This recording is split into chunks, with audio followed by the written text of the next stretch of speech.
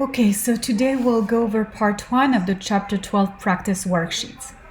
12.1 Introduction to Acids and Bases. So first of all, let's recall that acids are species that are able to donate a proton per Bronsted-Lowry definition. So they're H plus donor, and bases are proton acceptor.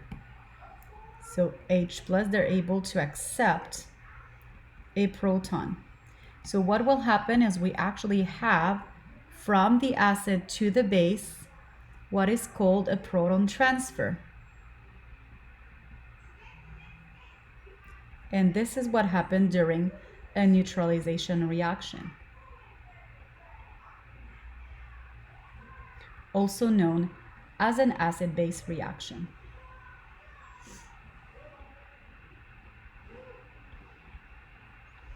So let's take a look at the first problem. Label the acids and the base in each reaction. So I'm going to highlight the acid in red and the bases in blue.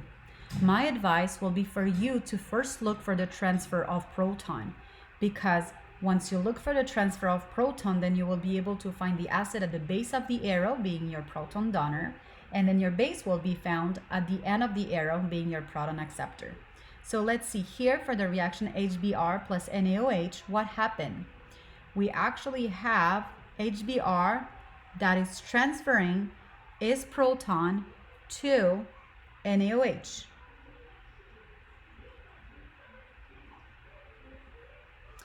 HBr is labeled as an acid, and actually a strong acid if you recall your lecture. And NaOH is made of the hydroxide polydimic ion, so it's your base. Take a look at B now. If I look at B, well, I could have H's being donated by NH3 over H2O. So in order to figure out what's the acid or the base, I'm going to look at the product. And if I look at the product, I observe that H2O lost an H plus and NH3 gained the H plus. For that reason, then, the transfer of proton this time happened the other way around. This is our H plus transfer. At the base of the arrow, we found the proton donor, the acid, and at the end of the arrow, we found the proton acceptor, NH3. Let's take a look at C now. So again, we have two species that are able to donate H. So which one is the acid? We're going to study the product. Observe that this time the nitrous acid lost the H and became the nitrite ion NO2 minus, and H2O gained an H plus, becoming the hydrogen ion. So this time we have a transfer going that way from the HNO2 to the H2O, and at the base of the arrow I have my acid being the nitrous acid, and at the end of the arrow I have H2O being my base here. Notice here that H2O can behave like an acid or like a base.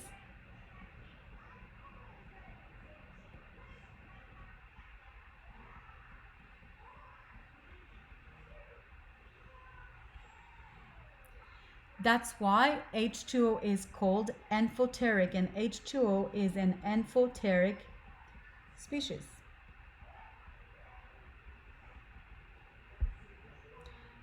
H2O is able to donate a proton and behave as an acid.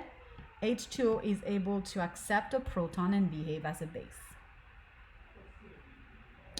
Problem number 2.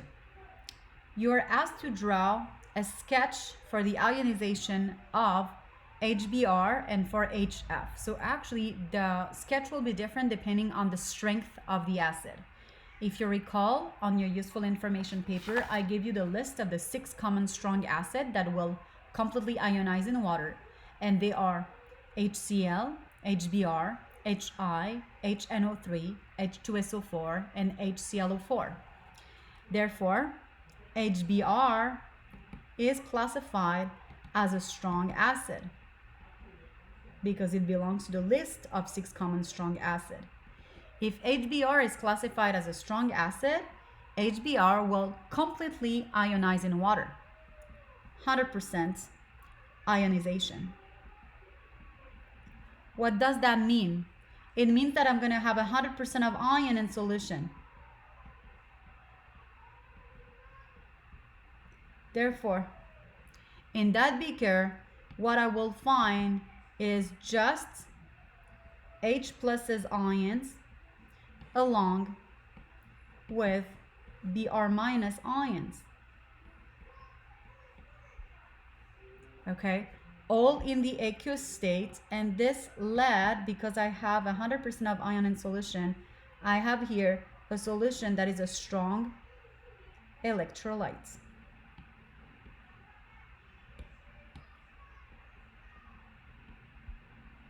So what about HF now?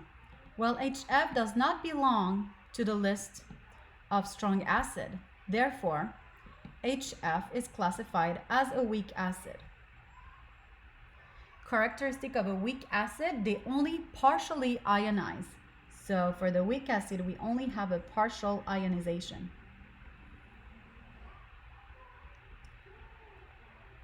What does this mean? That we're gonna have 90% of the acid that will remain covalent and only 2% that will just form ions. And therefore, in this beaker, I will have mostly HF in the covalent form, few H pluses, and few F minuses. And because I have mostly HF covalent in this solution and I've only have few ion, then this solution is classified as a weak electrolyte.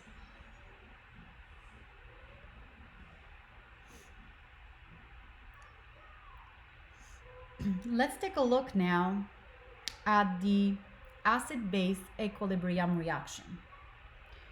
Ammonia and H3 can behave as both an acid and a base. What this tells you about ammonia, if it can behave as both an acid and a base, ammonia is amphoteric like water. We want to draw the Lewis structure. So let's first draw the Lewis structure of ammonia. Remember what we learned about Lewis structure. Ammonia will have the nitrogen central connected to the 3 H's and a lone pair on the end. So this is the Lewis structure of ammonia. If ammonia behave like an acid, what happens?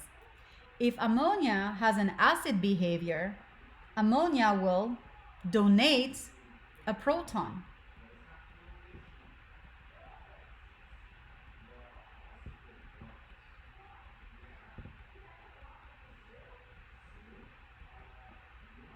Therefore, we will lose H plus. By losing H plus, we become NH2 minus. Okay, so let's write down the Lewis structure of NH2 minus. It's going to be 2 H's connected to the H, 2 lone pair on the N with a negative charge carried by the nitrogen atom. What we wrote here is the conjugate base of ammonia. Why? Because now this conjugate base is able to accept a proton to become ammonia again. What if ammonia now has a basic behavior? So if ammonia has a base behavior, ammonia will now accept a proton, so plus H plus. It will become the ammonium ion, polyatomic ion NH4 plus, with the N connected to 4 H's, and the N carries a positive charge. This is actually now the conjugate acid of ammonia. Why? Because now if ammonium donate a proton, it will become ammonia again. We are here in presence of 2 acid-base pair. We have the first acid-base pair here between ammonium and ammonia, and we have here the second acid-base pair between ammonia and the NH2 negative ion.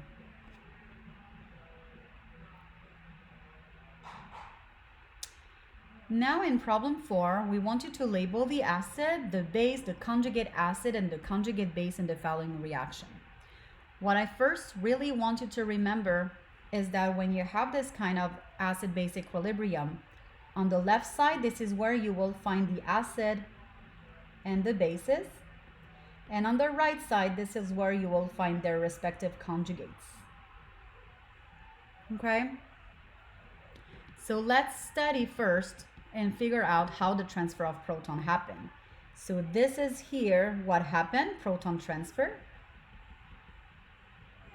And here, this is what happened, proton transfer.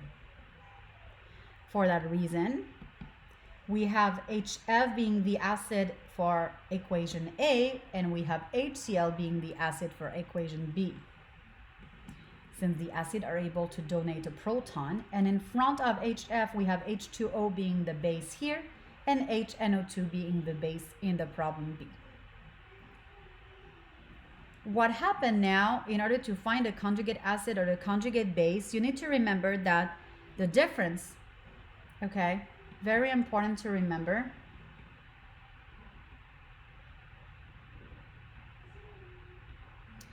In a conjugate acid-base pair,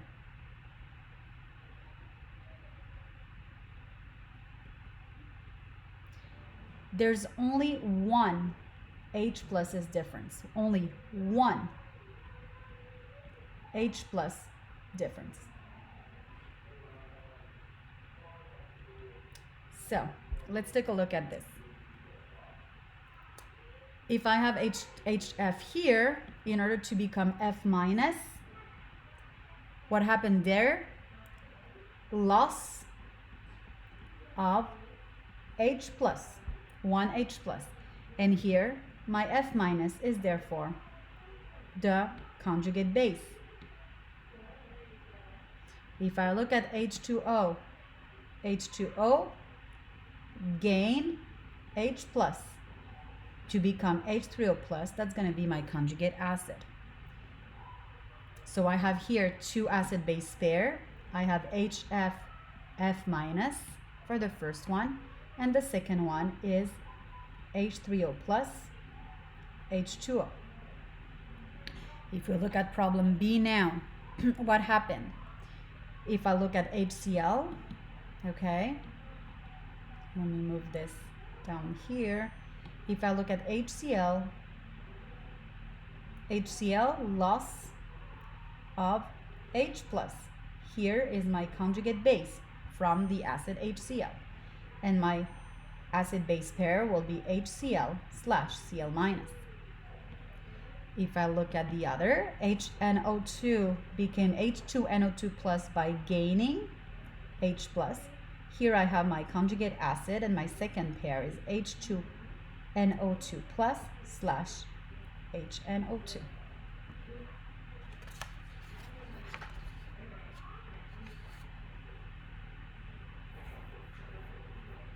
So in that problem, let's go over the reaction involving acids and bases.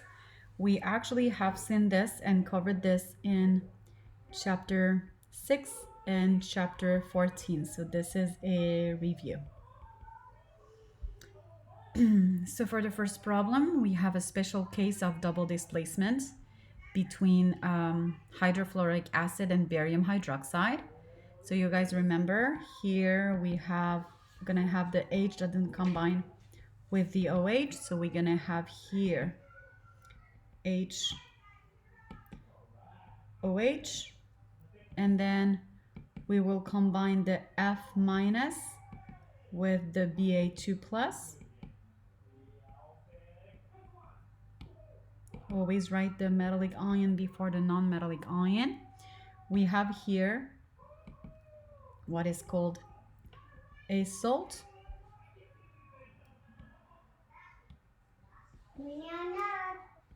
Being an ionic compound. And this ionic compound has to be neutral, so in a 1:2 ratio, we're forming BaF2 aqueous. H2O is formed along that, and we're gonna need to balance the equation by adding what am I doing? By adding a 2 here and a 2 right there. And now our equation's balanced. For B, we have here a case of a single displacement, metal displacement reaction from chapter 14. So can calcium displace H? If you look at the activity series, you will see that it can. The calcium will become the Ca2 plus ion. It will combine with the Cl minus here to form an ionic compound in a 1:2 ratio CaCl2aqueous. And when H2 is kicked out, remember that when H is kicked out, remember that H is diatomic, so H2 gas is formed. And double check that your equation is balanced, and to balance the equation, we're gonna need to place a 2 right there. Okay, so this was just a review again of neutralization reaction here, special case of double displacement from chapter 6, and here review of single displacement, also known as metal displacement, from chapter 14.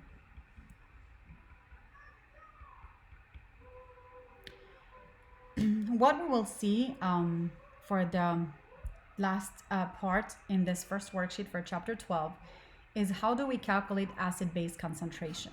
Okay, problem 6 asks you to find the concentration of H plus ion when you know the OH minus concentration.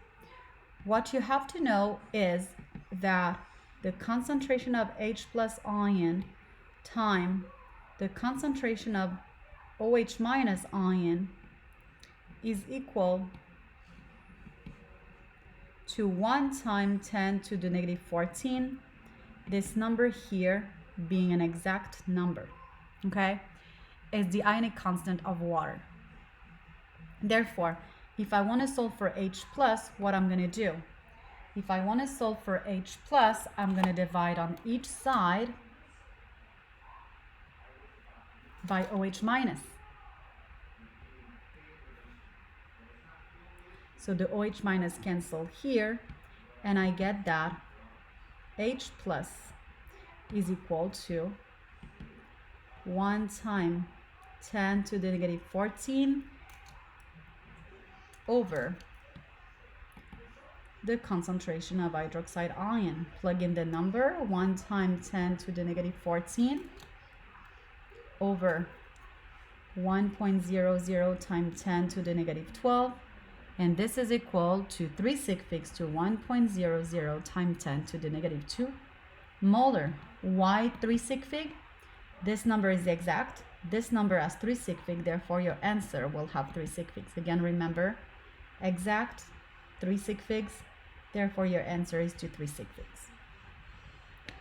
The next problem asks you to calculate the pH of a solution that contains a concentration of H plus ion as 1.00 times 10 to the negative 6. To find the pH, you will use the formula saying that pH equal negative log, decimal log, log of the H plus concentration. Replace negative log of 1.00 times 10 to negative 6. Plug this in your calculator, and the calculator gives you 6. Okay? Now you have to be careful sig figs wise when you do pH calculation. When you do pH calculation, the number of sig figs of your concentration is equal to the number of decimal places in your pH. Again, the number of sig fig in the concentration is equal to the number of decimal places in your pH calculation. Therefore, I have here 3 sig figs, so I need there 3 decimal places, and what you have to do is add a decimal here, and 1, 2, and 3, 0, to have your answer to the correct significant figures. Problem 8. A solution has a pOH of 2.52, and we're looking for the pH of the solution. You need to remember that pH plus pOH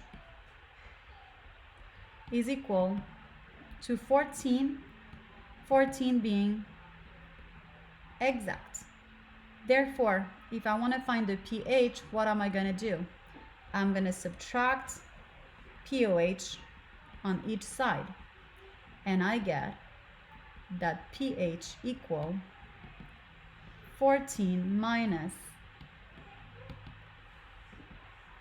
pOH equal 14 minus 2.52 equal,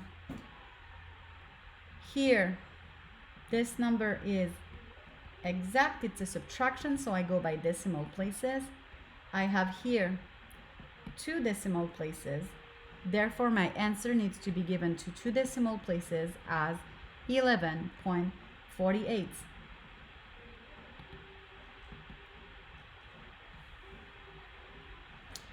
Problem 9, let's complete the table that we have right there, okay? So we have 4 solutions. For every single solution, we have to determine the concentration of H plus, the concentration of OH minus, the pH, the pOH, and then finally determine if the solution is acidic, basic, or neutral. So if we look at, and I'm just gonna do this like that, if we look at the first table here, okay? These 2 columns here are actually connected to one another. How? By the ionic constant of water. So what I have here, okay, is that H plus, it's a little bit too big, is that H plus times OH minus is equal to 1 times 10 to the negative 14. Therefore, H plus is equal to 1 times 10 to the negative 14 over OH minus, and OH minus concentration is equal to 1 times 10 to the negative 14 over H plus. And in that case, you will have the same number of sig figs for your concentration.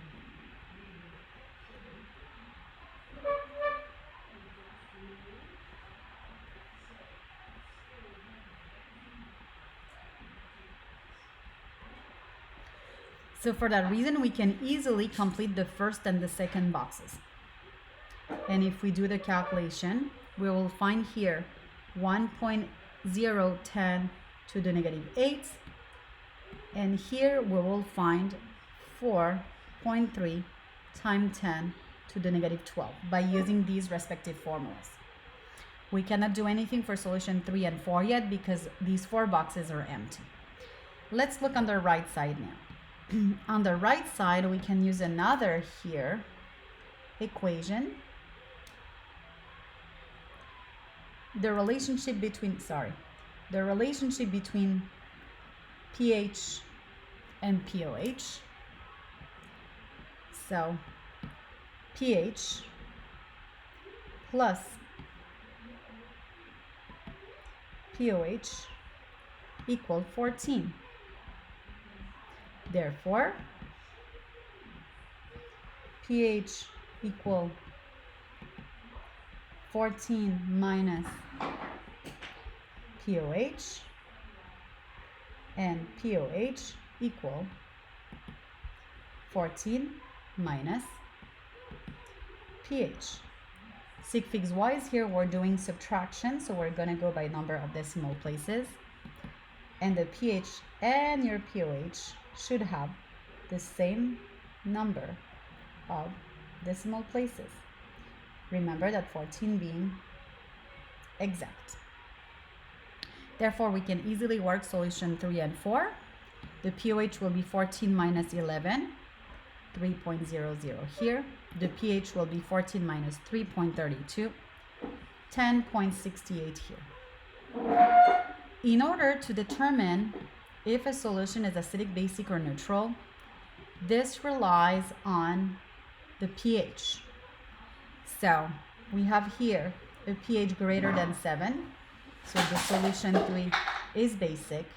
We have here again a solution greater than 7, so we have a basic solution. What we can do now is how these two columns are linked to one another. Well, we can easily go